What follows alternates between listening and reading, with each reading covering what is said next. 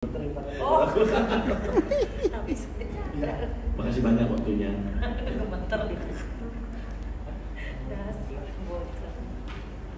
Oke. Ya, kita beri tepuk tangan buat Tuhan Yesus kita. Kita akan kembali lagi berfokus. Ya. Nah, saya nulis dulu ini.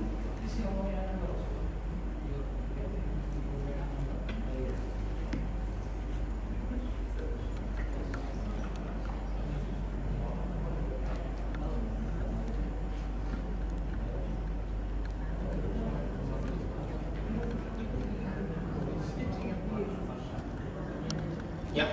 Siap belajar lagi? Ya. Betul? Udah kenyang? Ya, Ya, kalau belum masih ada makanan. Ya. Ya, terima kasih banyak sekali Pak Gunadi dan hamba Tuhan yang lain yang memberikan kesempatan untuk kita bisa belajar luar biasa. Oh, sebentar.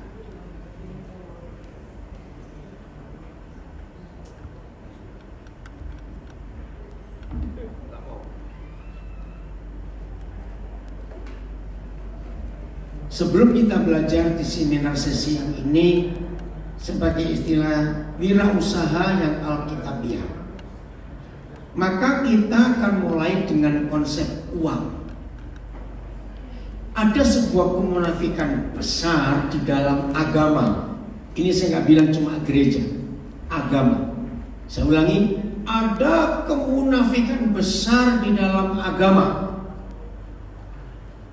Hampir semua agama, termasuk Kristen, itu selalu memisahkan antara uang dengan ibadah. Betul atau tidak? Maka itu agama-agama di dunia, maafkan saya ngomong ini, mereka selalu punya konsep makin miskin seorang pengikut satu agama itu dianggap makin rohani. Pernah ngerti gak konsep ini sih? Belum betul tidak? Saya nggak tahu kenapa semua agama di dunia punya konsep itu. Makin miskin seseorang, maka mereka dianggap makin dekat dengan Tuhannya. Loh, saya tanya iya atau tidak? Maka itu kalau kita nyebut agama, pasti identik dengan kemiskinan. Termasuk beberapa gereja dulu, ya sekarang sudah berubah. Contoh, Tuhan Yesus berkata, serigala punya liang, burung punya sarang, tapi anak manusia tidak punya tempat untuk meletakkan kepalanya. Disimpulkan oleh beberapa agama, yang agama Kristen yang dulu, Yesus saja miskin, bantal aja nggak punya. Padahal bukan itu maksudnya. Maksudnya, kalau kita membaca job description, ya manajer sehebat apa, kalau nggak punya job description, maka manajer itu nggak akan layak jadi manajer karena nggak bisa mendelegasikan tugas. Nah, setelah Tuhan Yesus naik ke surga, menurut Efesus 1, 22-23, maka Papa memberi job description Yesus dan gereja itu jelas sekali. Ya, jadi bisa tayangkan Efesus 1 ayat 22-23. Yesus setelah naik ke surga, job desk-nya hanya kepala, sebagai kepala. Gereja adalah tubuhnya. Ini job desk-nya. Nah, Tuhan Yesus gak mau rancu, gak mau tumpang tinggi. Maka itu kalimat terakhir ayat 23 yang dalam terjemahan bahasa Indonesia sangat membingungkan. Ayat 23 seperti yang memenuhi semua dan segala sesuatu. Apa itu? Jadi Tuhan Yesus walaupun kepala, walaupun dia hebat, tapi tanpa tubuhnya, kepala itu nggak bisa ngapa-ngapain. Itu maksudnya. Sehingga antara Yesus dan gereja itu kerjasama yang baik. Maka itu mengapa untuk kedatangannya dia sendiri nggak tahu, malaikat juga nggak tahu. Nah, dulu pertama saya belajar ayat ini, saya itu berkata, Tuhan Yesus, mbok ya jangan guyon, saya bilang, pakai istilah Jawa. Saudara coba, saudara ditelepon orang, kamu di rumah? Iya. Tunggu ya, aku mau datang. Pasti tanya kapan? Yang ditanya jawab, ya nggak usah tahu, pokoknya tunggu. Mau nunggu gak? Saya tanya, mau nunggu nggak? Nggak mau, kapan datang nggak tahu, kok enak nunggu. Ini saya ngomong pada Tuhan Yesus, Tuhan Yesus dong. Tuhan menyuruh kami sebagai gerejamu untuk menunggu kedatanganmu. Tapi yang kami tunggu nggak tahu datang, jangan guyon. Ternyata salah satu penyebabnya adalah ayat ini. Bagaimana aku bisa datang sebagai kepala kalau tubuhku belum lengkap, belum bersatu? Maka itu jangan harap Yesus karena datang kalau kita nggak bertobat, untuk menggenapi doa Yohanes 17 supaya mereka menjadi satu. Doa yang sudah 2000 tahun nggak terjawab. Waktu kami menikah ada 6 yang khotbah, bayangkan pendeta, 14 pendeta yang tumpang tangan di kepala kami. Kenapa begitu banyak? Ya bisa pendeta. Nah, salah satu yang khotbah Pak Yusuf Roni. Waktu itu saya minta semua pakai pakaian daerah, tidak ada jas dan dasi. Karena saya paling gak suka. Maaf ya Pak Guntur, ngomong aja. Pak Yusuf Roni pakai pakaian adat kerajaan Palembang. Keren sekali. Salah satu khotbahnya dalam ini memang unik.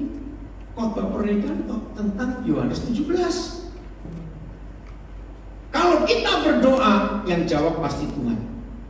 Nah, kalau Tuhan berdoa, yang jawab siapa? Yang jawab dong. Ya, doa Yesus tidak banyak, cuma satu, supaya mereka menjadi satu sama seperti kita. Aku dan Bapa itu satu. Belum terjawab sampai hari ini, karena hobi kita suka pecah-pecah. Tersinggung dikit, ada orang kaya biayai buka gereja baru. Maaf. Terus begitu terjadi. Maka itu kepala nggak datang-datang karena nggak punya tempat mau taruh di mana kepala ini. Kalau tubuhnya masih tercerai-berai, maka itu sampai hari ini saya salah satu dari sedikit pendeta yang nggak punya hobi untuk buka gereja. Maaf saya berkata. Bagi yang kenal saya sudah lama, mereka selalu berkata, kenapa kamu gak buka gereja? Karena saya cinta tubuh Kristus untuk bersatu. Dari teman-teman pendeta yang generasi tahun 70-an, ya yang 70-an ya, yang di bawah itu gak kenal. Saya punya julukan di kalangan mereka yang 70-an. Mereka nyebut saya, oh kalau Koden itu pendeta tubuh Kristus. Kenapa? Karena saya memang gak suka memecah belah tubuh Kristus. Ini yang harus kita perhatikan. Jadi Yesus itu kepala, kita ini tubuhnya. Nah, konsep kemiskinan supaya makin rohani, kita harus berubah. Nah, inilah kemunafikan yang terbesar. Agama berkata jangan kaya, tapi kok doyan duit, itu masalahnya. Betul? Maaf saudara, berapa kasus yang terjadi? Sejarah mencatat satu-satunya tempat yang paling aman untuk cuci uang, money laundering, itu di agama. Di agama termasuk gereja. Lihat kasus BLBI yang belum selesai sampai hari ini. Berapa bangkir-bangkir Kristen yang waktu itu suka nyumbang gereja masih buronan sampai hari ini. Maaf. Lihat sejarah gereja Katolik di Italia. Pencucian uang dari para mafia itu dalam gereja. Lihat Tiongkok. Kenapa orang-orang Tiongkok sulit percaya Injil? Masih ingat perang candu? Ternyata gereja dari Eropa cuci uangnya, bawa candu merusak orang Tiongkok di dalam gereja. Dan itu terjadi sampai hari ini. Money laundering itu paling aman kalau dititipkan ke agama. Malingnya merasa aku sudah nyuap Tuhan. Betul nggak ini istilahnya maling?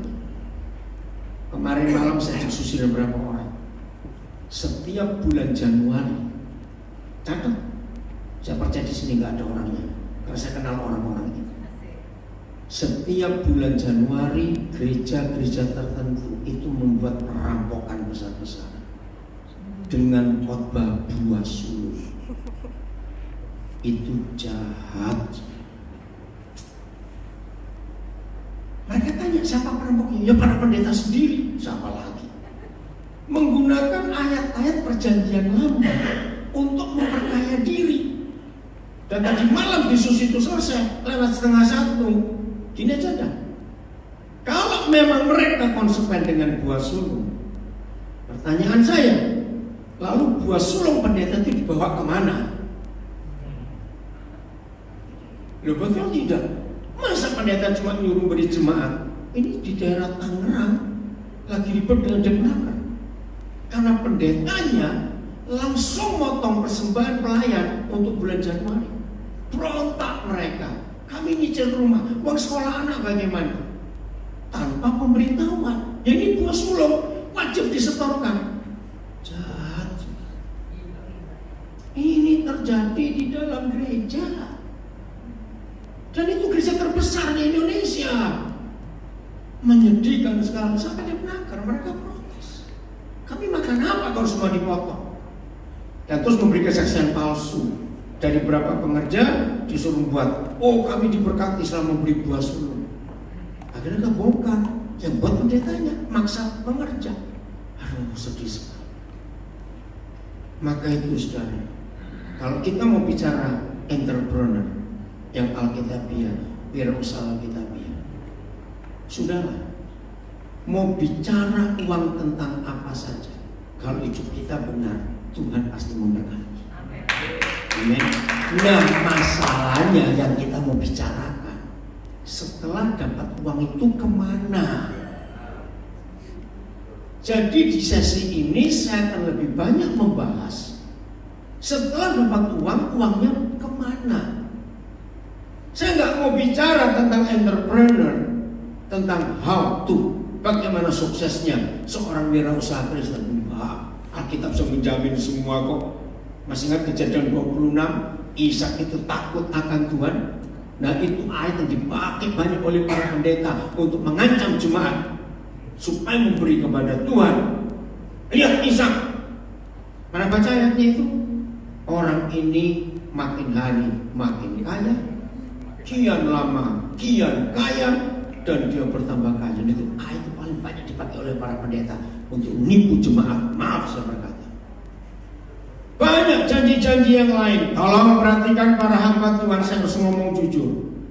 Jangan khotbah Maleakhi 3:10 kepada jemaat, sebab 4 pasal kitab Maleakhi itu untuk para imam, bukan untuk jemaat. Catat itu baik-baik. Jahat kalau ada gembala dan pendeta mengkhotbahkan perpuluhan untuk merampok jemaat lewat Maleakhi. Tidak.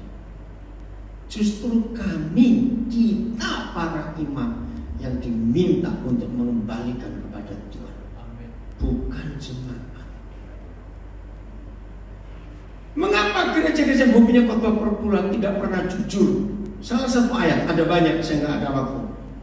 Jadi Ulangan 26 ayat 12. Kenapa para pendeta yang hobinya khotbah perpuluhan nggak bilang ini, nggak bacakan ayat ini? Sebab kalau jemaat tahu jatah mereka tinggal 25%. Maaf, saya percaya di sini pasti banyak yang belum tahu ayatnya. Ulangan 26 ayat 12, bukan ulangan 6. Ulangan 26 ayat 12. Maaf ya saudara. Terima kasih Norman tadi bisa ngomong. Mungkin yang tersinggung soal uang tadi itu. Maaf. Apabila dalam tahun yang ketiga, nah ini gak usah kita bahas masalah tahunnya, itu urusan Israel. Tapi masalahnya, tahun persembahan persepuluhanmu, engkau sudah selesai mengambil segala persembahan persepuluhan dari hasil tanam, maka haruslah, ini kata penting, berarti mutlak, nggak bisa ditawar. Haruslah engkau yang punya perpuluhan, bukan pendeta. Salah. Yang punya perpuluhan haruslah memberikannya satu kepada orang Lewi karena gak punya tanah, dua kepada orang asing. Siapa itu orang asing? Gak harus yang Kristen. Jakarta banyak kaum urban, tau kata urban? Yang dari daerah cari makan di Jakarta, itu orang asing. Nah, orang asing pada zaman mereka perjalanan dari Mesir ke Kanaan, itu bangsa-bangsa kecil-kecil yang mengabdi kepada orang Israel. Ada tukang belah kayu, tukang timba air, itu mereka. Nah, mereka ini punya hak dapat perpuluhan. Nah, orang asing itu banyak di sekitar kita di Jakarta. Nggak cuma yang Kristen. Ketiga kepada anak yatim, itu pun nggak harus Kristen. Mana ada kata yang percaya. Ketiga janda. Nah, tapi bukan janda kaya ya, nanti bayar. Awas. Supaya mereka, nah, kalau gereja mau konsepkan perpuluhan, 4 ayat tentang perpuluhan yang spesifik kata supaya mereka makan, dan makan nggak cuma bikin kotor gigi, ini bahasa Papua, tapi makan sampai, nah jangan lupa kenyang, nggak asal makan. Jadi semua perpuluhan itu hanya untuk urusan perut dalam nama Yesus. Bukan untuk kredit gedung gereja, beli mobil pelayanan, bayar listrik, itu salah besar. Semua perpuluhan hanya untuk makan dari 4 kelompok orang ini. Maka itu kenapa pendeta yang punya khotbah perpuluhan nggak berani khotbah ayat ini, supaya jemaat tetap goblok. Jadi jemaat yang bagi sendiri yang punya. Nggak harus lewat gereja, nggak ada ayatnya lewat gereja. Maaf ya saudara. Maka itu kalau kita bicara entrepreneur, wirausaha, kita harus jujur. Larinya dulu kemana? Jangan tanya bagaimana. Pasti diberkati kalau benar. Betul? Jadi yang kita bicarakan kemana untungnya. Ini wirausaha yang Tuhan inginkan. Jelas ya? Maaf, kita harus merubah konsep perpuluhan ini. Saya nggak pernah khotbah perpuluhan karena saya khotbahnya 100%. Nah, lebih berat lagi. Belum betul tidak? Jadi saya melakukan firman 100%. Apa yang saya ada, kalau Tuhan suruh kasih, saya kasih. Kita buka. Kenapa pendeta jarang khotbah ayat berikut Markus 12:44? Karena kalau pendeta nggak melakukan, takut khotbah ayat ini, sebab firman itu pedang bermata 2. Betul, di sini ada berapa anak-anak saya yang tahu bagaimana sistem keuangan saya gara-gara ayat ini. Sebab, baca sama-sama, 1, 2, 3, sebab mereka semua memberi dari kelimpahan. Tetapi si miskin ini, gak usah bilang janda ya, si miskin ini memberi dari, nah stop dulu. Tuhan Yesus selalu bicara persembahan dengan 2 arah. Memberi dalam kelimpahan dan memberi dalam kemiskinan. Mana lebih mudah? Yang memberi dalam kelimpahan. Nah, yang suka memberi dalam kelimpahan gak pernah diperhitungkan oleh surga. Nah ini saya ulangi, yang suka memberi karena kelimpahan itu gak pernah dihitung oleh surga. Yang surga itu kalau kita memberi dalam kemiskinan. Ini ayat yang menjelaskan kenapa orang kaya susah masuk surga. Karena pelit. Ada 3 ayat di Alkitab. 1 Yesus yang ngomong, 2 Paulus, 3 kitab Wahyu. Orang pelit itu masuk neraka. Maka itu jangan kaget akhir zaman nanti ada banyak pendeta kaya masuk neraka karena pelitnya.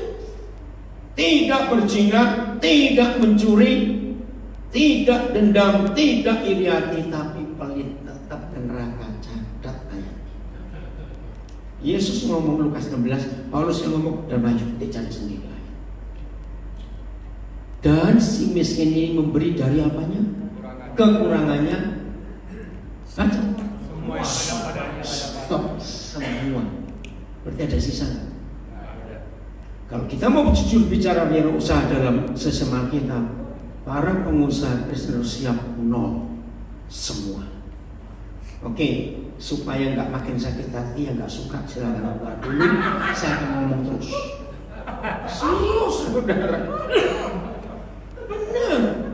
Keluar. Karena tolong ya, saya siap suara interupsi. Kalau saya ngomong nggak ada dasar ayat, saya siap. Saya bisa lupa sebagai manusia. Tapi saya akan bongkar semua apa yang saya tahu dari Alkitab tentang bisnis, tentang wirausaha. Jadi kalau memberi berapa? Loh, pura-pura butuh hukum jadinya. Berapa kalau beri? Semua yang baca, yang ada padanya, yaitu.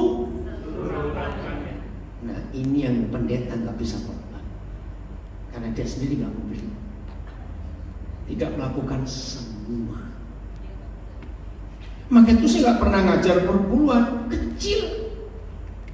Maaf, ada 2 kejahatan besar dari gereja ketika khotbah perpuluhan. Satu, mengintimidasi, meneror, betul, mengancam. 1 kali saya pernah punya pengalaman sadis. Teman saya kecelakaan. Saya datang ke rumah sakit. Lagi ngomong-ngomong, datang gembalanya. Ya ampun, langsung ngomong, coba bro periksa 3 bulan terakhir perpuluhannya bagaimana, kok sampai kecelakaan. Bayangkan, orang Jawa bilang sampai mentolo ngomong begitu. Kata mentolo bahasa Jawa apa ya? Sampai tega. Sudah setengah mati di rumah sakit yang perpuluhan. Ya itulah teror. Awas belalang pelahap, belalang pengerit, belalang pindang akan menggerogoti. Diancam. Yang kedua, kebalikannya, tidak mengancam tapi diiming-iming. Tahu kata diiming-iming? Berilah, pasti diberi. Cobai Tuhan. Nah, kata Maleakhi itu disalahgunakan. Coba Tuhan. Itu artinya tes. Oke, saya beri 2 contoh. Orangnya masih hidup, saudara bisa telepon. 1, Insinyur Bernard Notorharjo, adik kandungnya pendeta Insinyur Niko Notorharjo. 2, seorang pengusaha dari Makassar, namanya David Tutu. Nah, 2 orang ini saya buktikan sampai hari ini menggunakan Maleakhi 3:10, cobai aku. Jadi ngetes. Begini, ini Pak Bernard dulu. Dia seorang kontraktor, dia dosen Petra juga, tak bisa pensiun. Saya kenal baik. Justru istrinya Pak Bernard itu adalah orang pertama yang memberi saya nubuat bahwa waktu itu kami sama-sama ke Israel tahun 86. Nah, istri saya waktu kami belum menikah sudah kenal, pacaran juga tidak. Lalu Ibu Linda Bernard ini bilang, Den, dia manggil saya Den, dia ini pendoa saya. Itu lo jodohmu. Hah? Saya bilang, Cik, saya itu gak mau menikah. Sudahlah, lihat aja. 86. 1 November 86 saya masih ingat. Akhirnya 1 Juli 92 saya menikah dengan orang yang dinubuatkan itu. Ini pendoa ya Pak. Nah, Pak Bernard saya kenal baik. 1 kali kami ke desa di sebuah pelayanan, lalu gereja ini bilang kami sedang punya proyek. Saya nggak sebut proyek apa. Begini. Nah, Pak Bernard duduk sebelah saya. Den, bisa saya Den. Ya kok, pokoknya proyeknya Papa yang baru kita dengar dari pendeta itu, engkau akan ambil. Loh, saya tahu keuangannya waktu itu mana cukup, karena dia terbuka dengan saya juga. Oh begini, saya kalau mendengar surga punya proyek, saya nggak tunggu untuk saya punya uang baru saya. Lalu hari ini ya kamu saksikan ya, karena tiap hari Kamis pagi kami ada persekutuan doa di kantornya di Jalan Kendang Sari waktu itu. Begitu kita pulang dari desa ini, besok atau lusa atau kapan, kalau engkau dapat proyek, jadi bangun gudang, bangun apa, 100% keuntungannya untuk proyeknya Papa kita. Wih, luar biasa. 2 hari kemudian saya dipanggil dan ingat benar ya, baca, engkau dapat proyek segini tendernya, malah lebih dari yang ditargetkan itu. Dan itu terjadi sampai hari ini oleh Pak Bernard. Itu namanya dia nyobain Tuhan. Jadi antara Tuhan dengan dia balapan. Siapa cepat memberi? Itu kata cobai.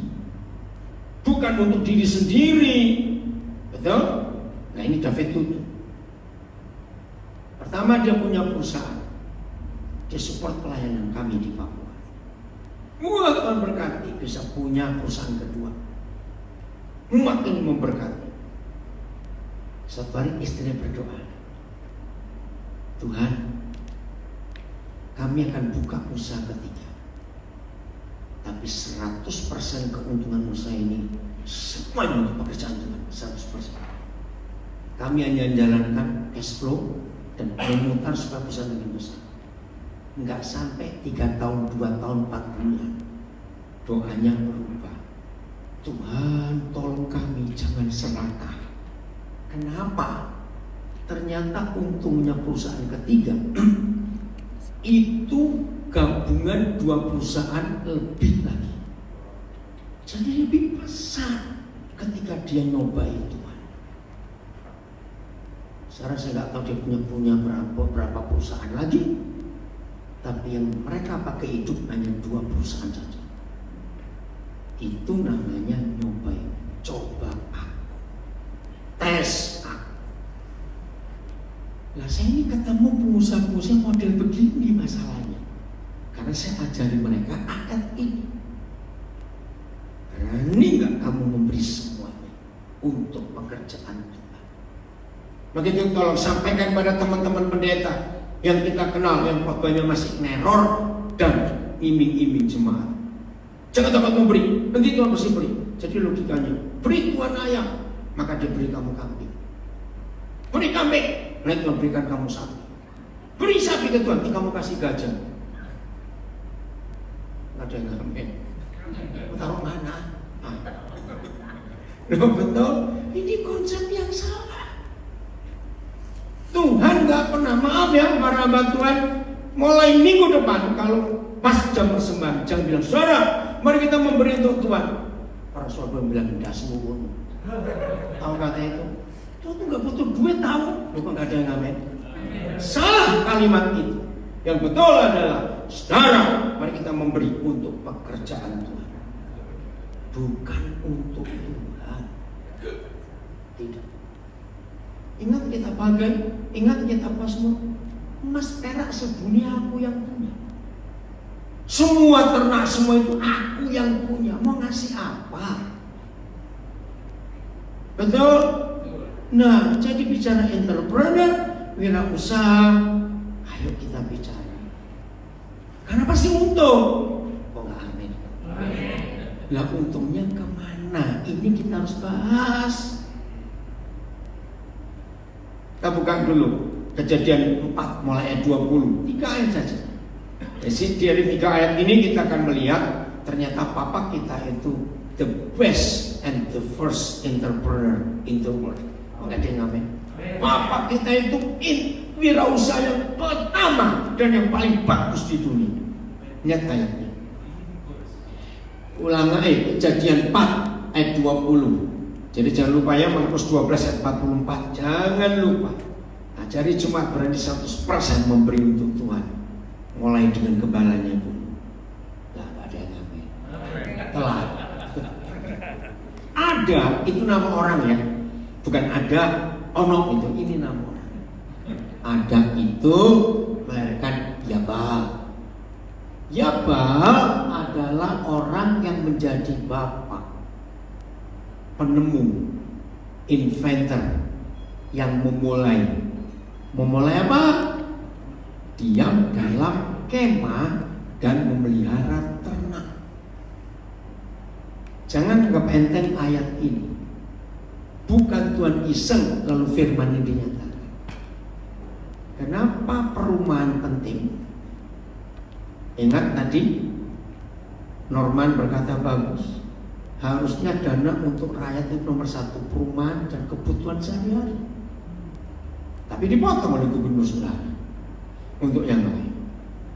Mengapa wirausaha yang pertama yang Bapak sebutkan di Alkitab itu developer perumahan dan ternak karena kebutuhan hidup saya. Ayat berikut, ayat 21. Nama adiknya ialah Yubal. Siapa Yubal itu? Dialah yang menjadi bapak semua orang yang memainkan kecapi dan seruling. Apa? Entertain, hiburan, musik dan sejenisnya. Keren nggak bapak kita? Maka itu kita harus gerak seperti yang bapak kita bergerak. Betul? Ayat berikut 22. Zila juga melahirkan anak, yakni Tubal-Kain, yaitu baca bapak semua tukang tembaga dan tukang besi. Stop. Apa ini? Teknologi. Keren bukan? Lu saya kagum nggak dengan firman ini? Jadi semua wirausaha yang gereja kerjakan harus memenuhi 3 kriteria. Dan itu bisa dikembangkan jadi macam-macam, bukan? Perumahan dan ternak, betul? Hiburan, ya, terus teknologi. Itu mencakup semua lini dan segi kehidupan, katakan amin. Maka itu kalau kita mau bergerak sebagai gereja untuk entrepreneur atau wirausaha, harus mencakup semuanya yang merupakan kebutuhan pokok manusia. 12-14 Mei 98 Indonesia berubah jadi jelek namanya gara-gara kerusuhan Jakarta. Kami ada di Labiri waktu itu, sedang pesta besar menerima kapal misi dari Korea namanya MV Hana. Datang pendeta-pendeta Korea, pengusaha-pengusaha Korea naik kapal. Dan mereka berhenti di Fiji, di mana terus turun-turun sampai diadakan KKR, ada hallnya besar. Pendeta-pendeta di Naberi diundang naik di atas kapal untuk seminar. Saya salah satu pembicara. Kami dimasakan masakan Korea. Wah, pokoknya rame. Tiba-tiba dengar ribut-ribut di Jakarta karena warga Korea ada di kapal itu banyak. Suruh segera meninggalkan Indonesia. Lu ada apa? Baru kami buka TV 98 belum jauh dari Jakarta. Nah, di dalam peristiwa itu saya nonton TV, Roh Kudus menunjukkan saya, setan itu bekerjanya di mana dan kapan. Kita buka Matius 4 ayat 3 dan 4. Matius 4 ayat 3 dan 4. Maka itu mengapa entrepreneur yang Alkitab tulis harus perumahan dan ternak duluan sebelum yang lain. Lalu datanglah ayat 2 dan 3. Saya salah. Maaf, jadi 2 dan 3. Ayat 2 dulu. Dan setelah apa? Berpuasa 40 hari 40 malam, maka laparlah Yesus. Catat. Apa yang terjadi dan siapa yang datang waktu Yesus lapar? Ayat 3. Ayo, siapa yang datang? Siapa si pencoba itu? Nah, sejak Mei 98 kami dalam pelayanan pegang ayat ini. Kalau yang lapar Yesus yang adalah Tuhan, setan saja berani keroyokan datang. Apalagi yang lapar orang model-model kita, setannya lebih banyak. Lu ngerti gak terjemahan ayat ini, saudara? Maka itu dalam doa Bapa kami, berilah kami makanan kami yang secukupnya. Jangan lupa hari ini ya. Gara-gara ayat ini saya terbuka untuk membuat setan kurus kering dan mati kelaparan. Jangan biarkan ada orang lapar. Kalau semua orang bisa kenyang, setan ngungsi semuanya. Karena gak ada yang bisa diganggu. Simpel ayatnya. Maka itu apapun usaha gereja, apapun, pikir yang habis. Kita tunggu dulu, baterai habis. Supaya dengar nggak putus-putus. Kenapa? Teknologi, betul. Tunggu ya, tunggu.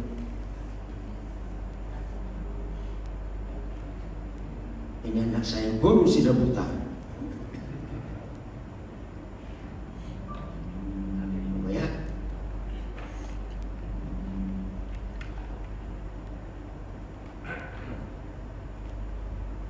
Maka itu tadi Norman berkata, jahatnya politik. Orang miskin jadi komoditi. Ya betul gitu. Jadi nyayangnya. Maka itu untuk ngusir setan, gak usah pakai banner, pakai bendera, pakai kencerotan, minyak, anggur percuma. Goblok orang-orang itu. Masa setan kalah dengan barang itu? Hari ini kita ambil keputusan untuk mengusir setan dari daerah kita. Jangan ada orang lapar di situ. Setannya pergi sendiri. Saya Norman sudah bulan nggak dengar ini. Tolong sampaikan ya nanti. Orang lapar itu harus dikenyangkan. Nah maka itu doa Bapa kami, berikanlah kepada kami makanan kami yang secukupnya. Jangan lupa hari ini. Saya mau pakai hubungan perjanjian lama. Kenapa Papa melarang Israel simpan mana untuk besok? Ada dua jawaban. Cepat, satu kenapa? Bukan, itu yang kedua. Yang pertama, Papa ingin kita makan yang fresh. Itu dia. Yang kedua, besok ada lagi. Jangan khawatir tentang hari esok. Kan begitu kata Tuhan. Nah, maka itu seperti doa Bapak kami, awas. Mulai hari ini, saudara belajar. Yang mintanya kan berikanlah kepada kami makan kami yang secukupnya. Percaya enggak bahwa Papa enggak pernah menjawab doa itu? Loh, kok nggak jawab? Sebab yang dijawab dia beri lebih. Kok nggak jawab? Betul. Apa buktinya? Kalau kita minta secukupnya, Papa beri lebih. Jawabannya, maka itu kita bundir-bundir seperti ini. Jangan tersinggung saya ngomong ini. Lo betul tidak? Maka itu kita bundir-bundir. Nah begini, tapi jangan main dulu dengan. Berarti semua makanan hari ini saya normal nggak ada. Waktu saya menjadi sniper ini, jangan buang makanan. Sejak saya kenal ayat ini sebelum saya menikah, setelah saya menikah saya bilang istri saya, kalau mulai jam 5 sore lebih, saya sudah mulai ngitung. Ada yang sisa nggak makanan? Ada. Ada tamu nggak? Nggak ada. Nah, kalau saya tahu nggak ada, saya langsung minta yang untuk kita makan biar di rumah. Yang lebih kita panggil orang sampai mau makan sebentar. Serius. Orang Kristen kecuali yang punya restoran beda. Tidak boleh menyimpan makanan hari ini buat besok, lusa dan seterusnya. Dosanya 4 kali lipat. Catat baik-baik. Dosa pertama, karena gini sebelum saya bilang dosanya. Kenapa kita minta secukupnya kok Papa beri lebih? Jawabannya, sebab di sekitar kita banyak orang yang nggak punya Papa sebaik Papa kita. Waktu Papa melihat mereka nggak punya apa-apa, mereka titip ke kita. Hebat nggak doa Bapa kami itu? Supaya kita bagi hari itu catat. Saya nangis waktu Roh Kudus terangkan ini. Iya betul juga. Tadi saya dikasih makan, saya mengurangi karbohidrat cukup banyak. Nah nasinya saya nggak mau makan karena ada di bungkusan. Saya keluarkan nasinya, saya taruh di atas. Mungkin ada yang perlu. Jangan setelah makan banyak, aduh kok sisa, itu jahat sekali. Sebelum makan kita hitung perut kita. Nah catatnya, mata, mulut, perut itu nggak pernah sinkron, katakan amin. Kenapa nggak percaya? Saya ulangi lagi, mata, mulut, perut nggak pernah sinkron. Ingat itu. Artinya kalau mata, belum tentu mulutnya suka, belum tentu perutnya cocok. Jadi ambil dulu dikit, kalau suka ambil lagi. Setuju ya? Karena Dosa pertama, kalau kita menyisakan makan hari ini buat besok, berarti malam nanti ada tetangga kita, saudara kita yang tidur sambil lapar karena kita pelit. Dosa kedua, besok para penjual sayur dan daging di pasar nggak laku karena saudara nggak belanja. Mereka pulang dengan berat. Nggak betul tidak? Ini orang pelit nggak suka dengar khotbah begini. Dosa ketiga, memasak makanan, memanasi makanan untuk besok itu nggak sehat. Oh, iya atau tidak cepat? Nggak sehat. Maka itu kenapa Pak? Pak kenapa Pak? Rendang lain lagi ya. Beli aja. Dengar ya. Jadi yang ketiga ini nggak sehat untuk kita sendiri. Maka itu mana hanya boleh untuk hari ini. Ingat Alkitab menulis ada yang malas. Besok jadi ulang, betul nggak berulang? Nggak bisa. Dosa keempat, ya kita melanggar firman itu, minta nyari buat besok. Begitu pulang dari sini, ibu-ibu bongkar kulkas. Ada makanan berapa tahun yang nggak kesentuh di situ. Pas, berarti ada orang berapa tahun yang lalu kelaparan, kita nggak bagi makanannya. Jelas ya? Oke, ngerti ya? Jadi kenyatakan orang lapar, setan pergi. Nggak ada yang namanya. Amin. Ini entrepreneur. Oke, 2 Korintus 8 ayat 9. Wah, ini keren sekali ayat. 2 Korintus 8 ayat 9.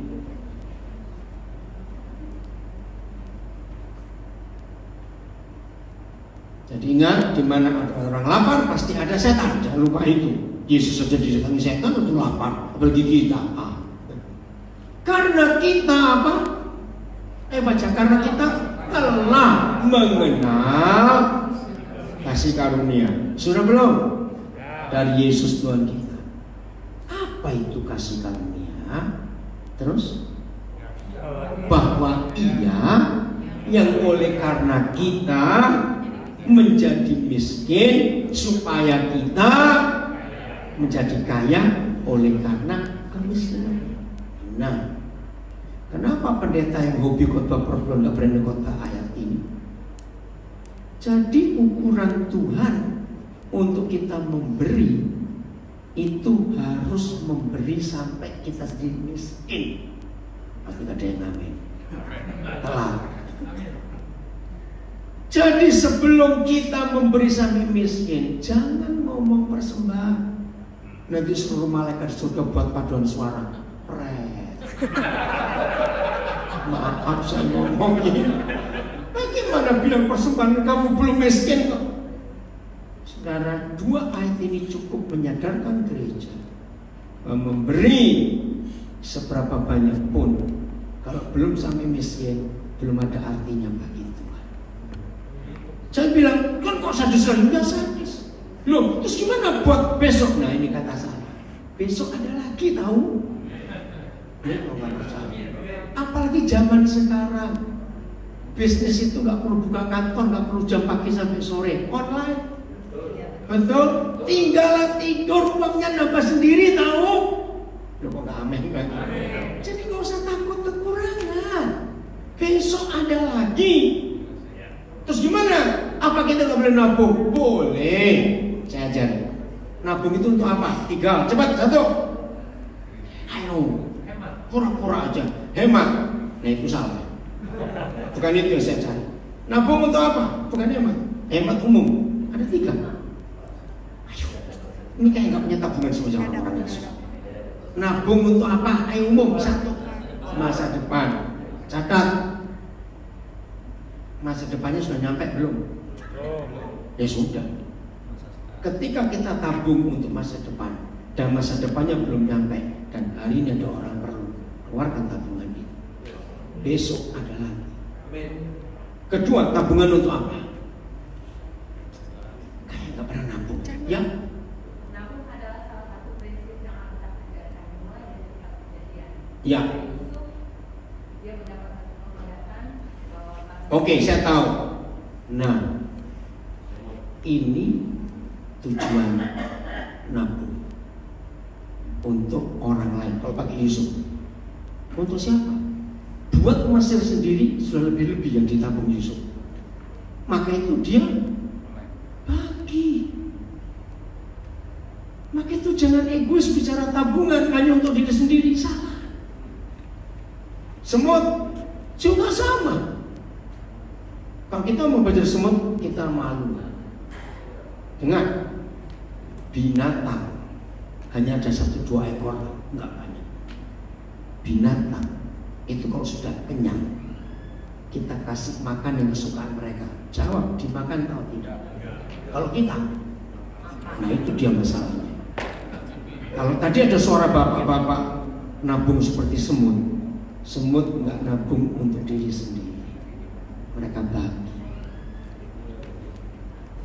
Betul? Ini bisa menabung. Banyak orang bicara soal menabung, tapi nggak pernah mikir untuk kemana. Oke, jadi berkat, ngomongnya gampang, faktanya. Karena kita selalu berkata untuk kami aja kurang, nah itu dia. Nabung untuk hari tua. Betul? Berapa banyak orang gak sampai hari tua, hari muda sudah meninggal? Lo kok gak amin? Dan sudah.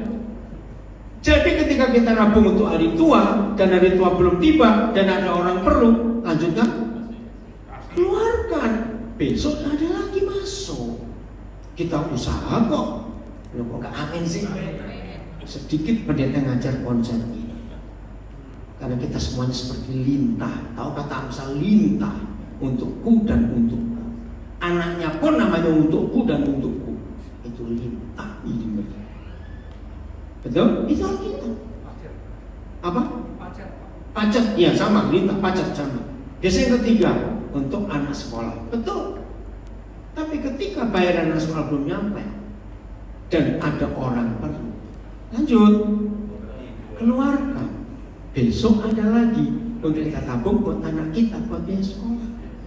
Itu yang benar. Jangan nabung cuma ditumpuk saja. Maka itu orang yang kaya susah masuk surga. Karena orang kaya selalu nilainya dari angkanya. Buat orang kaya 1 digit di belakang bukan depan turun itu sudah panik. Sebab kalah kaya dengan temannya yang sama. Apalagi kalau angka depannya yang kurang, bisa stres berat gitu. Maka itu orang kaya susah masuk surga karena yang ditabung nggak pernah keluar. Tambah terus, tambah terus, tambah terus, tambah terus, tambah terus. Jahat di mata Tuhan. Maka itu orang kaya susah masuk surga. Berarti orang kaya itu cepat masuk neraka. Dan nah ini kasih karunia. Begini, saya percepat. Anggap aja kita ini rombongan miskin yang pertama ketemu Tuhan. Begitu Yesus Kristus Tuhan ketemu kita, para miskin ini, dia langsung jadi apa? Ayo baca itu. Jadi miskin karena dia beri kepada kita supaya kita kaya karena jangan lupa karena kemiskinan. Ajari gereja sebagai wirausaha, sebagai entrepreneur, selalu siap untuk miskin buat orang lain. Nah, ayat ini present continuous tense. Sampai pada suatu titik ayat ini nggak berlaku lagi. Setelah saya lanjutkan. Karena dia Tuhan, walaupun miskin mendadak gara-gara ketemu kita, karena dia Tuhan, nggak lama dia kaya lagi. Betul? Betul? Yakin? Tenane orang Jawa bilang. Nah ini kita mau pakai untuk hidup kita. Catat ya. Kita dekat gak dengan Tuhan? Salah, menyatu malah kok dekat.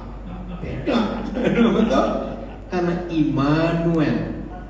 Dari semua bahasa yang saya ngerti, Jerman, Inggris, Indonesia, Jawa, ternyata paling tepat itu terjemahan bahasa Jawa. Immanuel itu bukan Tuhan beserta kita. Kalau cuma beserta bisa hilang sendiri-sendiri.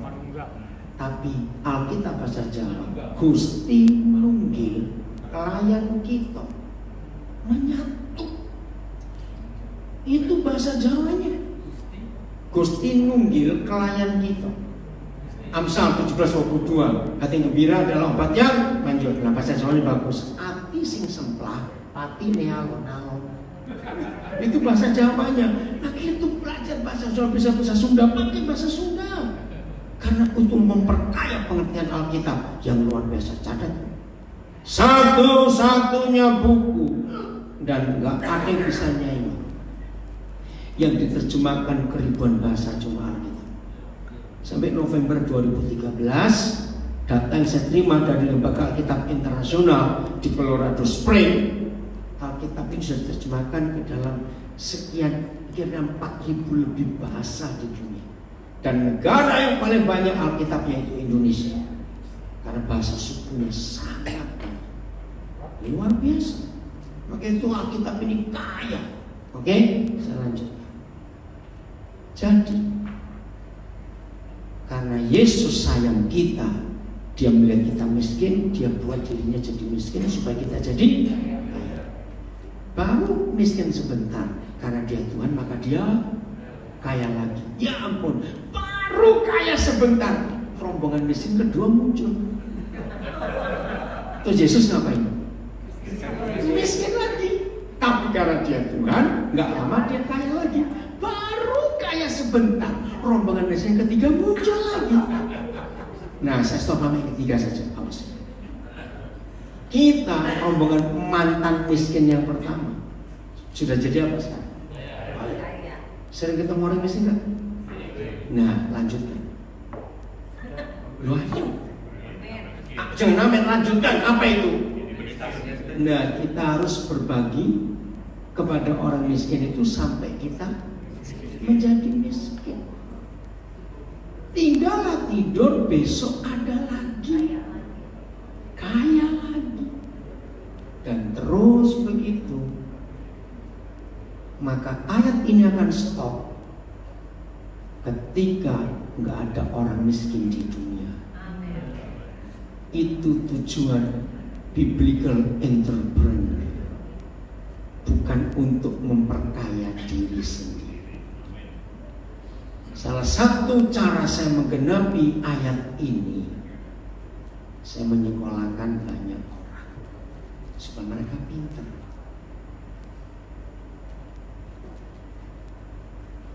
Wisuda yang terakhir 14 Desember kemarin, itu hari Sabtu.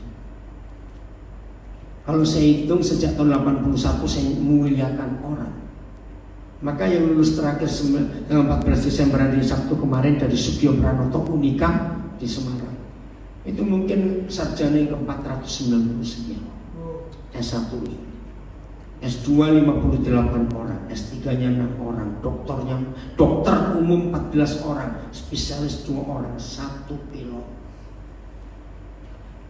Saya bukan pendeta, nggak punya jemaat, tapi Tuhan beri saya hikmat mengelola keuangan dengan baik. Nah, yang lulus tanggal 14 Desember itu yatim piatu sejak umur 1 tahun.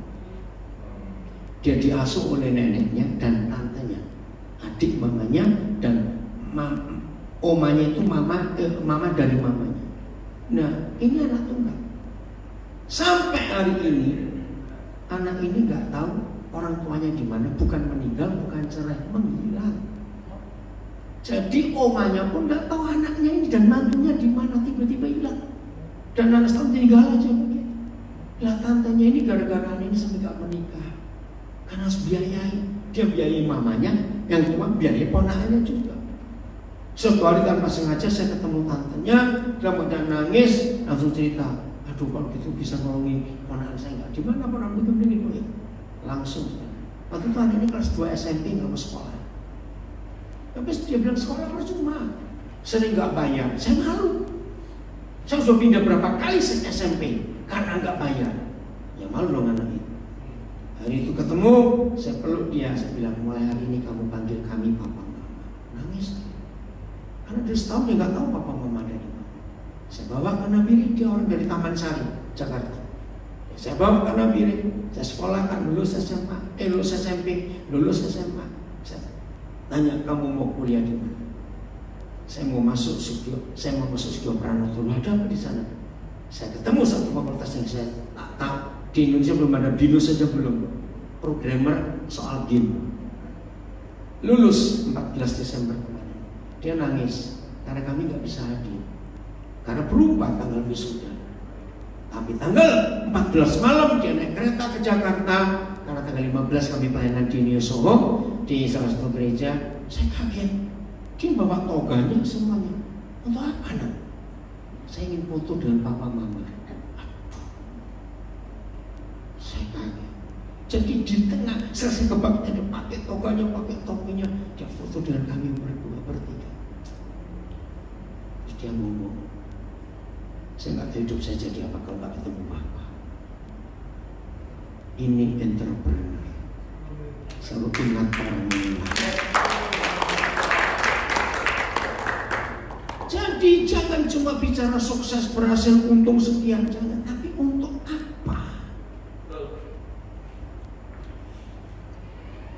Tahun 75, tanggal 9 November, pertama kali saya jejakkan kaki saya di Balikpapan. Pertama kali saya naik kapal namanya Pulau Sonit dari Tanjung Perak ke Pelabuhan Balikpapan. Balikpapan sebentar, lalu kami naik speedboat dari Handil.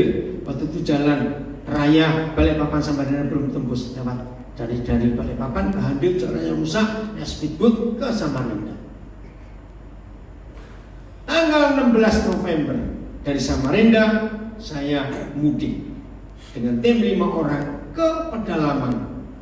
Ada 4 suku, Dayak Tonyoy, Dayak Bentian, Dayak Punan, Dayak saya lupa satu nama, lupa Dayak apa, bukan Bahau satu lagi. Itu 4 suku Dayak kami raya. 6 bulan lebih saya di sana dengan tim 5 orang, yang 1 sudah meninggal. Saudara, di situ saya belajar tentang sungai. Ini entrepreneur. Semua pengusaha, wirausaha harus memikir sungai dan berlaku seperti sungai. Kok bisa? Dengar. Antropologi mencapai hampir semua umat manusia untuk buat kota selalu di pinggir sungai. Betul atau tidak? Karena di sungai ada 3 hal. 1 untuk hidup karena butuh air. 2 transportasi. 3 untuk dagang. Maka itu semua kota pasti ada. Sayang Jakarta Ciliwungnya jadi got. Nah, dulu itu besar Ciliwung itu. Kapal-kapal sampai ke pedalaman sana masuk. Bengawan Solo juga begitu. Zaman kerajaan Mataram, itu dari Laut Jawa bagian utara terus sampai ke semua desa sepanjang sungai Bengawan Solo. Itu sejarah. Nah, waktu saya di Kalimantan, saya baru belajar.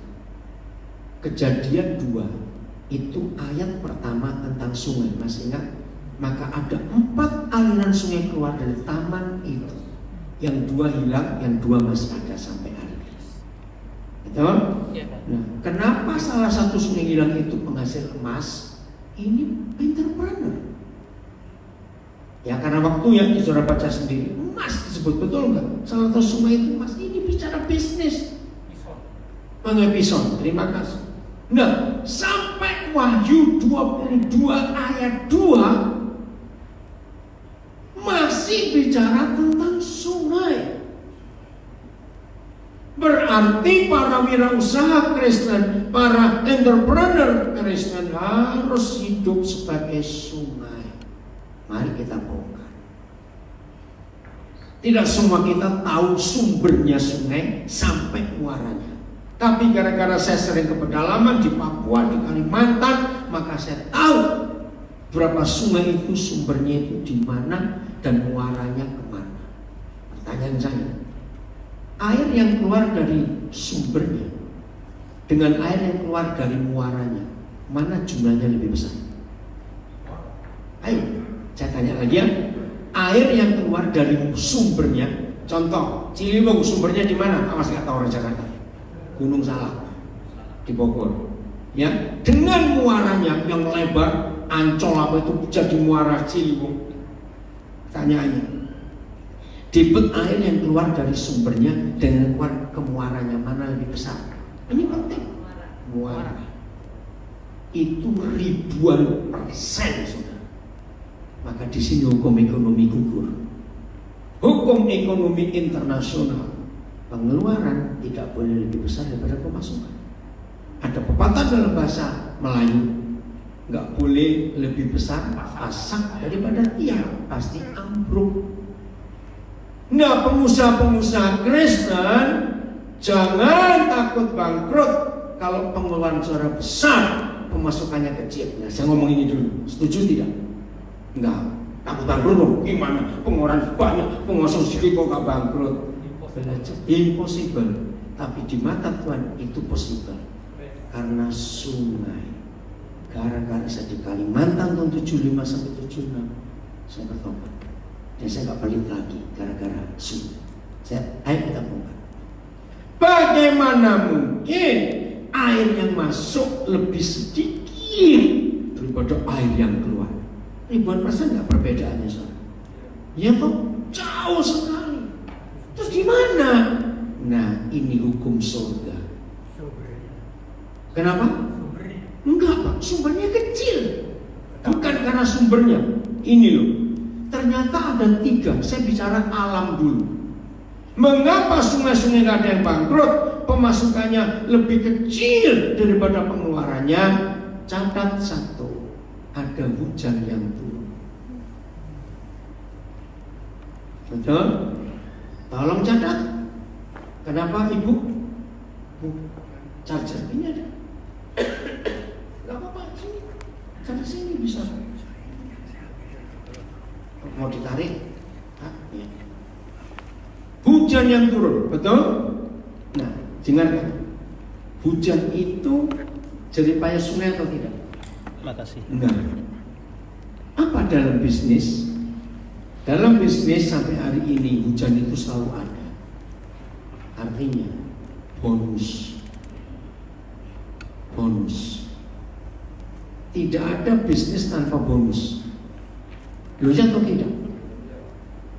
Orang-orang yang usahanya makin banyak, tiap tahun dapat bonus keluar negeri. Loh ya atau tidak? Nah, itu saya ajari mereka.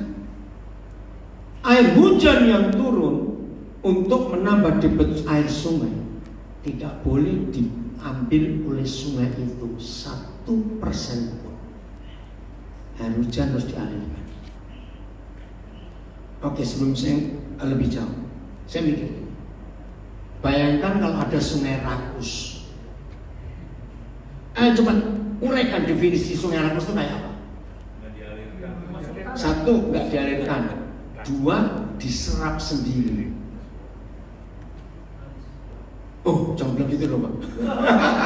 Ada yang bilang, dengar. Sungai itu bisa berkata cukup untuk dirinya. Bayangkan kalau sungai rakus, semua air diserap, tanggulnya jebol, becek, banjir. Maka itu orang rakus membunuh banyak orang, membunuh dirinya dan membunuh orang lain. Berikanlah kepada kami makanan kami cukupnya pada hari jangan lupa. Maka itu sungai itu nggak pernah rakus. Untuk menyerap yang dari sumbernya aja lebih dari cukup kan? Lebih dari cukup. 2, makin panjang sebuah sungai, ternyata makin banyak sungai-sungai pendek, sungai-sungai kecil yang nggak mampu muara ke laut, numpang bermuara di sungai besar ini. Apa itu dalam bisnis? Sama istilah subkontraktor, pernah dengar? Apa istilah lain itu kan ada bisnis kecil kan nggak mampu.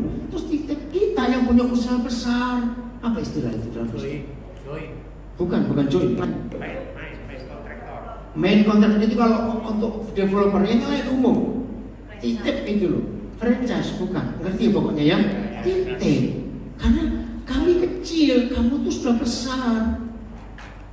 Nomor 3, makin panjang sebuah sungai, ternyata Tuhan adil.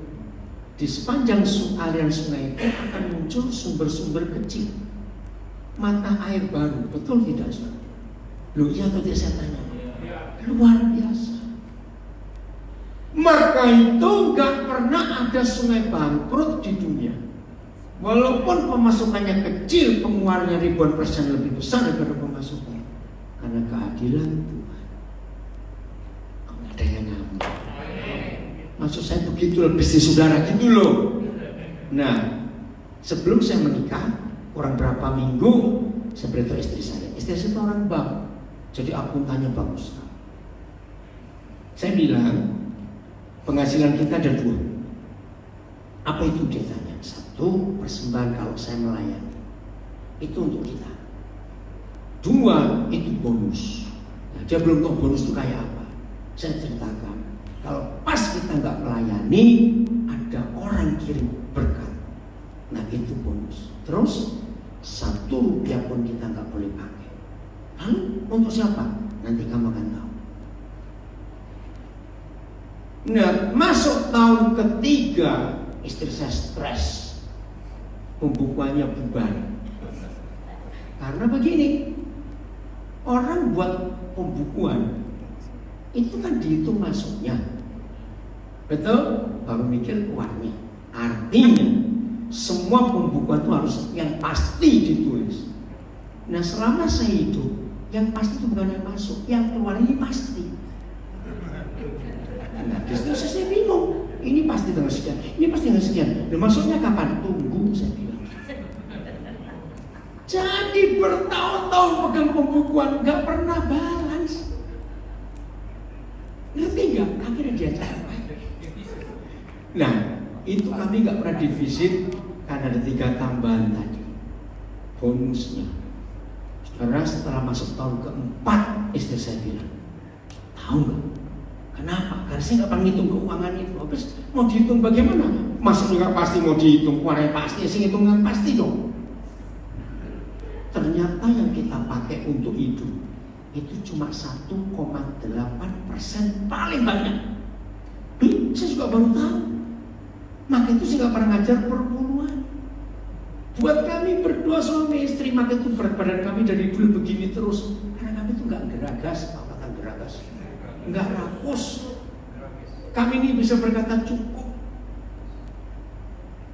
Saudara, luar biasa. Jadi yang kita salurkan, kami salurkan 98,sekian%. Terus dia ngomong, kamu tahu gak? Bonus kita itu ribuan persen daripada pemasukan. Nah, betul toh saya ngomong. Maka itu saya bisa nyekolahkan ratusan sarjana. Saya bisa dipercaya Tuhan buka berapa sekolah gratis pakai asrama. Bayangkan kalau saya cuma modal khotbah, saya bisa mati berdiri. Berarti saya harus khotbah paling banyak sehari 20 kali. Loh, betul tidak? Kalau mau lihat pemasukannya, lo ngerti maksud saya ini? Nah, berjalannya waktu, anak-anak yang saya bimbing waktu SMP tahun 70-an, 80-an, tahun 2000-an mereka sudah jadi pengusaha-pengusaha sukses. Nah, mereka ingat kami. Koden titip muara. Jadi kami diberi saham kosong oleh berapa perusahaan anak-anak kami. Tergantung mereka mau kasih berapa atas. Dan saya bilang pada istri saya, itu pun gak boleh kita ambil. Biar semuanya mengalir ke sungai. Itulah muara, sungai-sungai kecil yang numpang di muara kami. Ngerti gak? Dan terus bertambah sampai hari ini. Nomor 3, mata air kecil bertambah di sepanjang aliran sungai kami ini. Apa itu? Karena banyak orang melihat. Jadi saya ini entrepreneur juga. Saya pegang berapa perusahaan. Dan saya dapat dividen karena saya pemegang saham. Itu satu hari salah satu perusahaan itu akuntannya bang Muslim, taat beragama. Tanya kepada direkturnya, ini orangnya mana? Kok saya nggak pernah ketemu?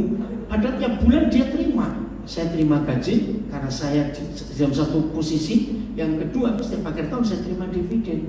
Kok orangnya nggak pernah terima? Karena akuntan melihat uang ini keluarnya ke rekening yang lain. Nah, suatu hari karena dipaksa tuh saya ketemu ibu saya. Oh bapak, dia kaget. Terus ini uang untuk apa? Saya cerita, saya punya proyek. nyantuni orang lapar, nyekolahkan orang miskin semua. Dia kaku. Jadi sekian banyak usaha-usaha kecil yang Tuhan percayakan kepada saya, nggak 1 rupiah pun saya pakai. Walaupun nama saya di situ, saya terima gaji, saya terima dividen, semuanya. Saya ajari anak-anak itu minimal 10%. Karena begini cara saya itu, usaha yang benar. Misalnya saudara punya pabrik sepatu misalnya gitu, atau pabrik makanan, dan pakai tanah saudara. Dalam ilmu ekonomi, saudara harus tetap sewa tanah itu enggak? Lu aja jawab dong. Iya, itu nggak boleh digratiskan, walaupun milik sendiri. Itu hukum bisnis. Nah, seperti itu saya ngajak pada pengusaha-pengusaha muda. Walaupun usaha itu milikmu, ingat loh, kamu hidup karena Tuhan. Maka Tuhan berhak terima dividen setiap tahun. Nah, sekarang kamu mau beri Tuhan berapa persen saham kosong urusan. Maka itu usaha anak-anak saya diberkati Tuhan luar biasa.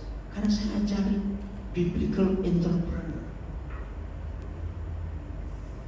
Oke, kalau kamu nggak melewat apa, nggak apa-apa, lewat banyak yang lain. Saya tunjukkan ini, ada panti asuhan, ini ada proyek ini, itu ada yang lain, kamu bagi sendiri.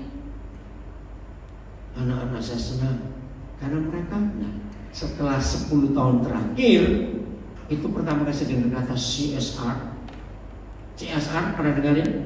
Apa singkatannya itu? Corporate Social Responsibilities.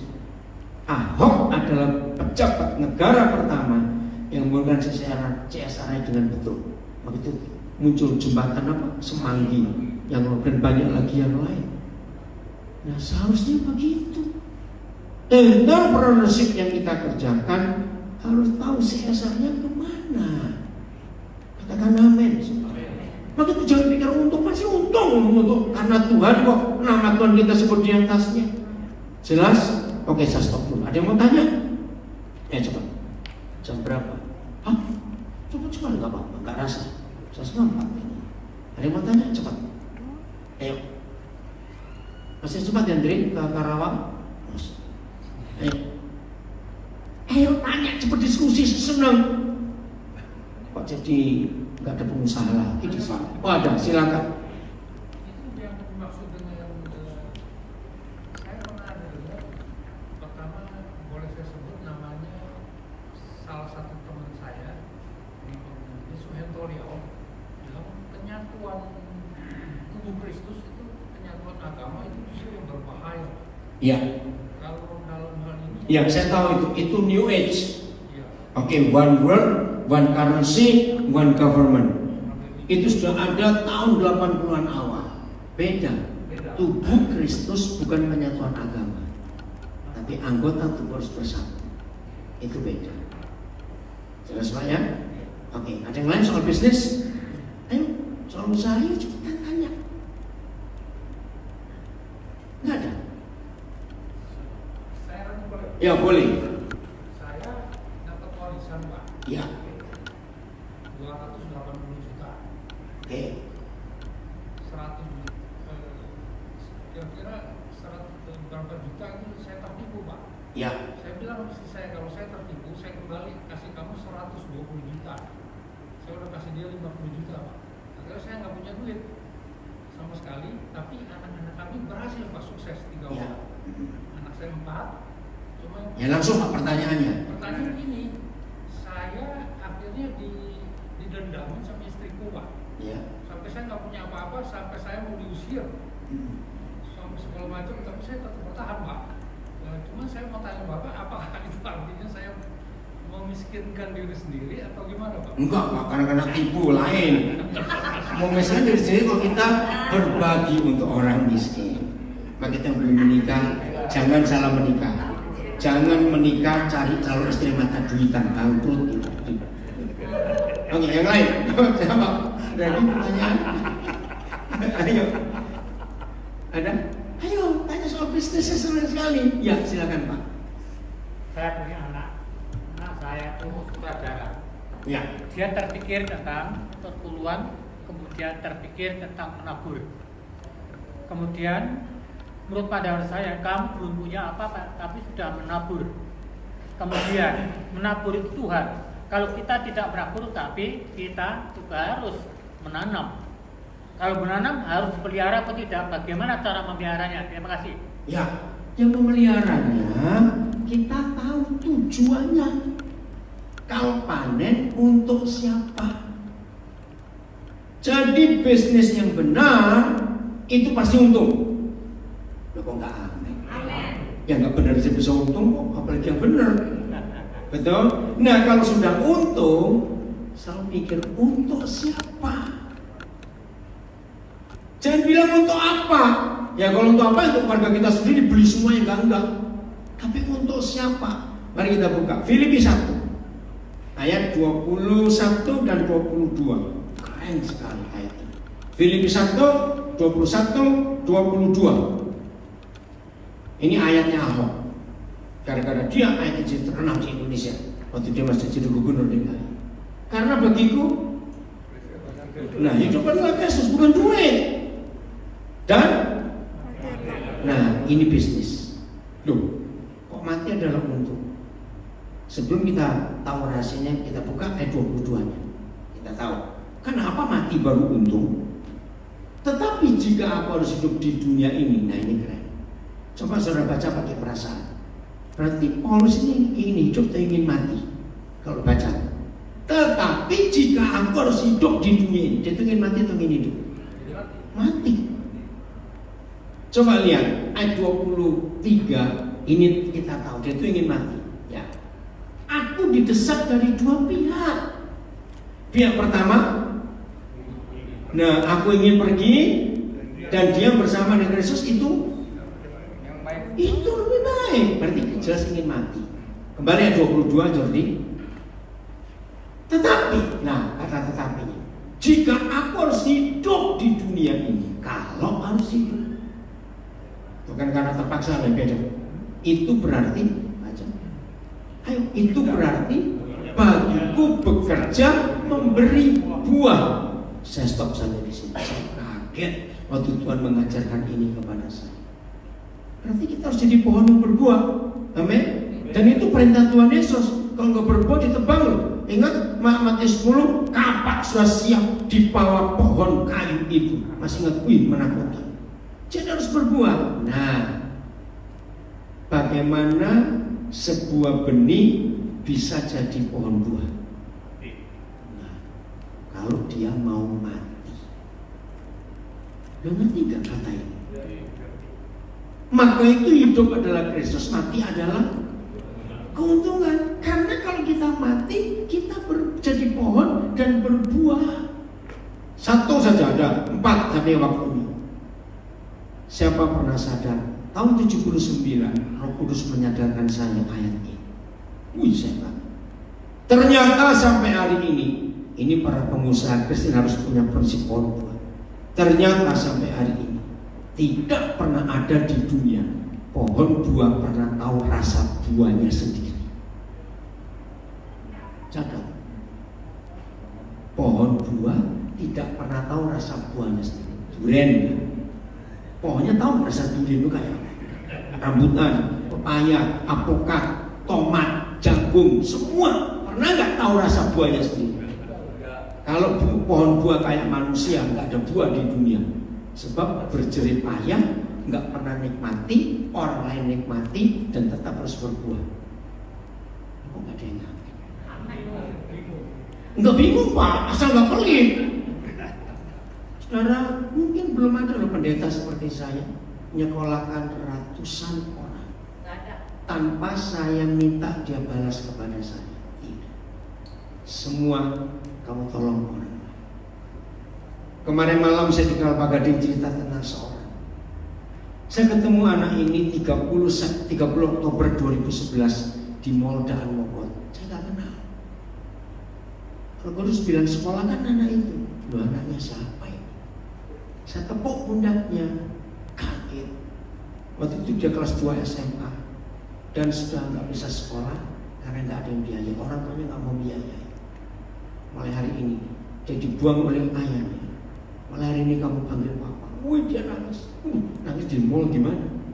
Pasti di belakang saya malah ada musola lagi kosong. Saya ajak masuk ke musola untuk saya doakan di jamaah Tuhan. Mulai hari ini Papa akan biaya kamu sekolah. Lulus SMA, dia pikir sudah bersyukur. Enggak, Papa mau kamu lanjut masuk Tarumanegara, lulus S1. Tuhan berkati karirnya luar biasa. Setelah kerja beberapa saat, dia dapat beasiswa ke Australia.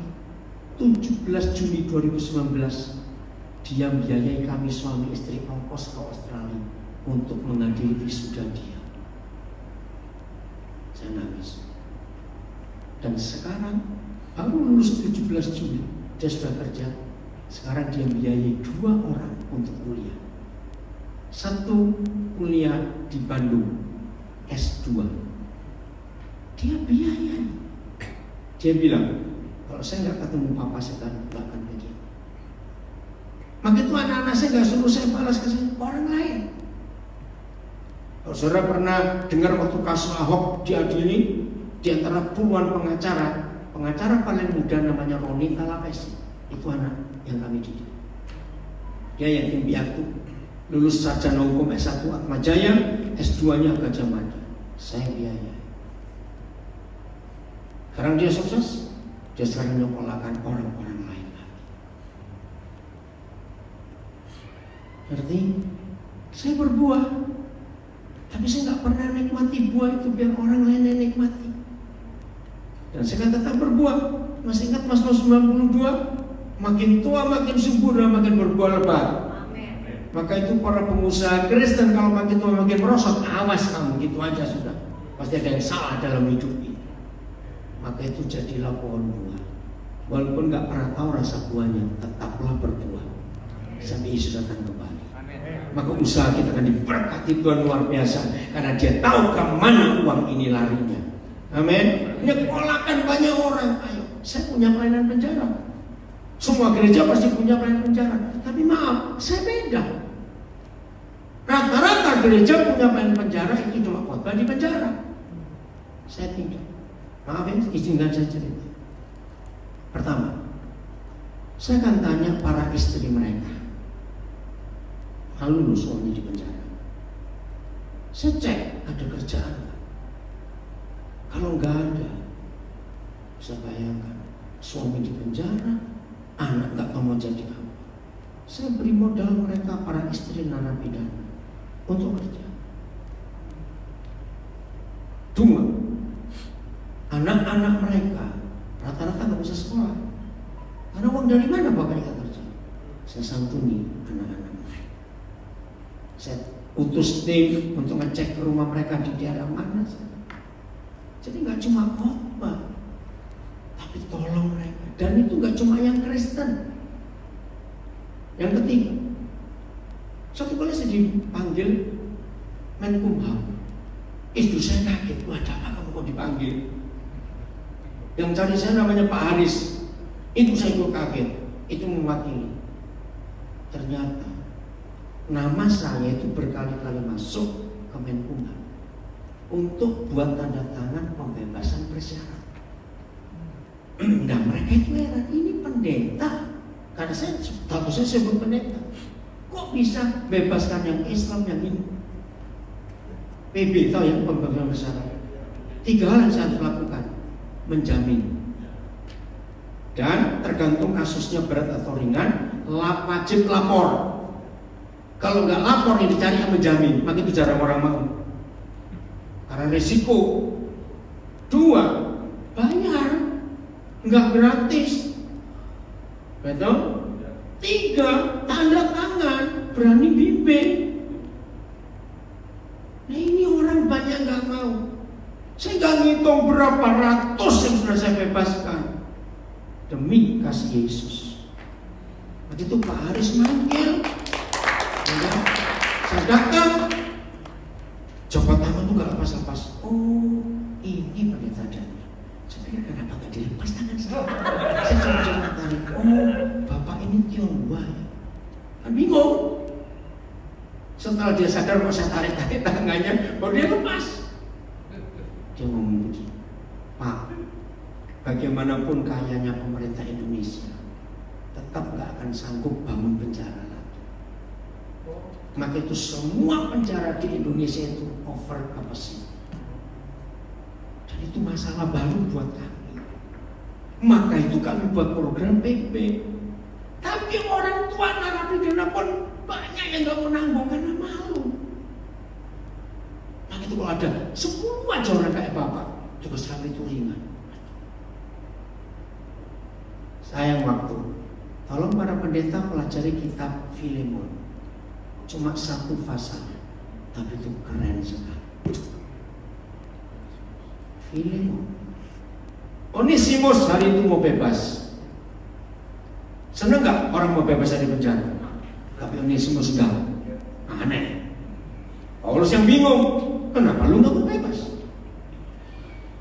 Karena buat Onesimus, setelah ketemu Paulus, dia ketemu Papa. Maka itu ada ayat 6 berkata, anak yang kukasih sebagai buah hatiku, yang ku dapat selagi aku di penjara. Itu kata Paulus. Aku minta kepadamu Filemon. Nah, jadi Onesimus ini karyawannya Filemon. Filemon itu orang kaya, bisnismen terkenal yang sangat menunjang pelayanan misi di zaman gereja perjanjian baru. Nah, begitu masuk penjara karena Injil, ketemu Onesimus. Paulus tanya, kamu siapa? Mantan anak buah Filemon. Lah, nah pas mau keluar, dia nggak mau keluar. Paulus tulis surat kepada Filemon. Lahirlah firman yang luar. Mungkin untuk sementara waktu dia dipisahkan dari kamu supaya dia ketemu Injil di sini. Itu kata Paulus. Maka sekarang aku minta kepadamu, terimalah dia kembali seperti aku, kamu menerima aku, dan aku jaminannya. Ada katanya. Maka itu ayat itu saya pakai untuk berani menjamin orang yang punya PB. Saya lagi ngurus PB 4 orang di Cipinang sekarang ini. 2 orang di Nusa Kambangan lagi proses. Alkitab adalah satu-satunya kitab suci agama di dunia yang paling dekat dengan bencana, pembebasan, penebusan, pengampunan, kata gerasi. Ingat waktu Andrew Chan, saya terkenal masuk TV di mana-mana karena saya termasuk hamba Tuhan yang dipercaya untuk mendoakan dia. Andrew Chan. Bukan Andrew Chan yang Bali 9 yang dihukum mati. Itu bukan kalau dia saya masuk TV berapa kali karena orang tahu saya menjamin. Tapi ya Tuhan buat yang saya nggak tahu kenapa Jokowi nggak memberikan keras. Jadi dia sempat menikah di penjara. Saya memberkati pernikahan mereka atas nama gereja Bali waktu itu. Dia panggil saya Dedi karena dia memang disakiti ayah dari kecil. Setelah abu jenazah sampai ke Australia, saya ikut ngantar, ketemu orang tuanya, ketemu adiknya. Mereka berterima kasih. Bagaimana saya merawat dia selama di kerobokan itu. Hanya hal yang kita bisa lakukan dalam hidup. Siap untuk itu. Jadi saya ini pengusaha, tapi bukan dari keuntungan buat diri sendiri. Orang lain dapat keuntungan banyak untuk kerajaan surga. Tuhan memberkati kita semuanya. Luar biasa.